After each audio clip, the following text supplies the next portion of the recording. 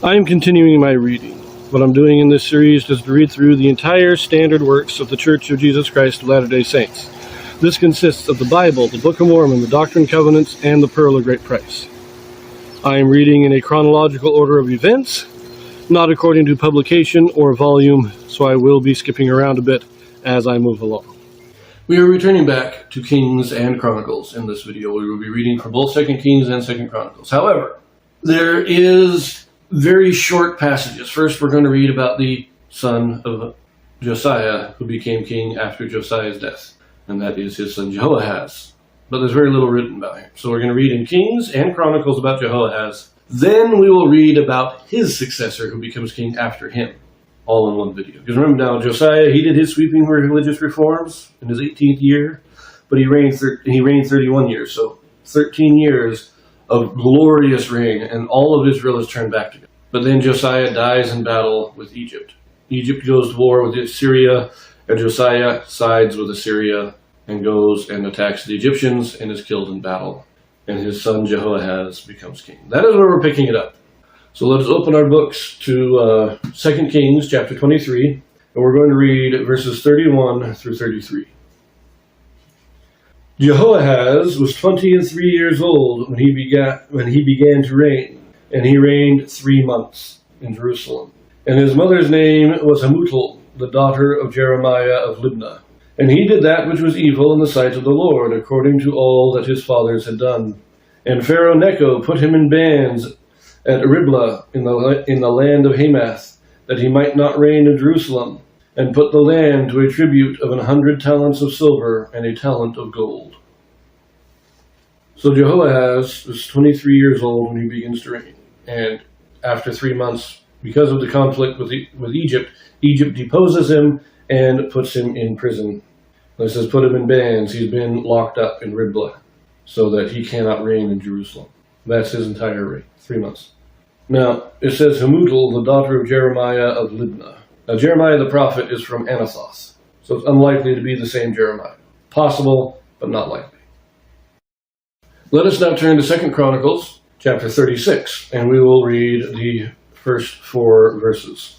Now, first, the chapter heading on this one. It says, various kings rule in Judah. Nebuchadnezzar overruns Judah and makes Zedekiah king. Zedekiah rebels, and the people reject the prophets. And Chaldeans burn the temple and destroy the Jerusalem.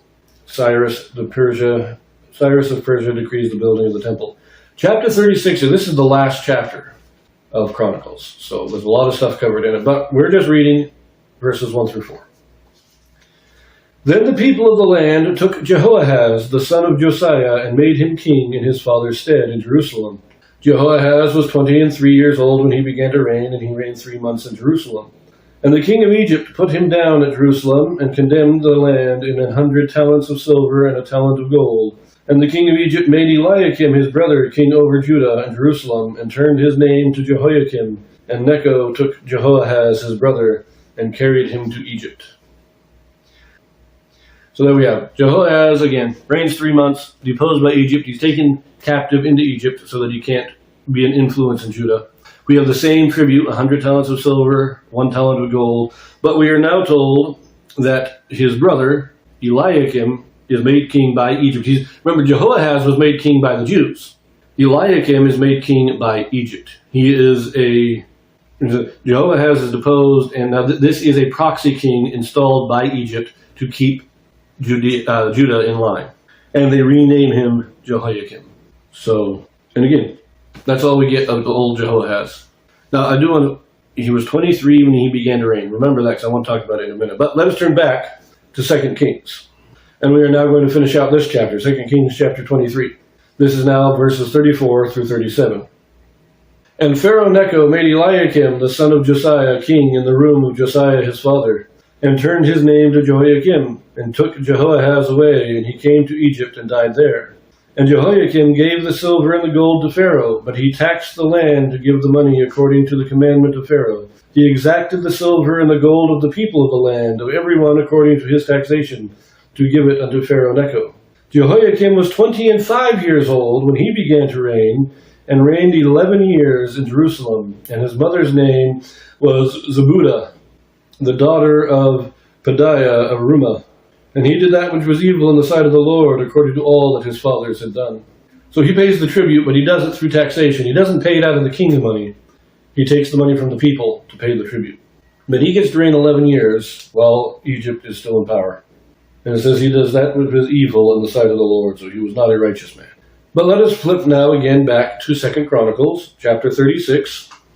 And we are just going to read verse 5. Jehoiakim was 25 years old when he began to reign, and he reigned 11 years in Jerusalem, and he did that which was evil in the sight of the Lord his God. So there you have it. But as I said, I want to talk about the ages here, because I find this interesting. You know what? Let's hold off on that until we read about Zedekiah. When we get down to the reign of Zedekiah, then we'll talk about the ages, because I think it is fascinating when we actually look at it. But I want to include Zedekiah in this discussion. So we will leave that one here. We are turning back to Jeremiah for a number of chapters, and then we will be introducing a new character. So we will see you there.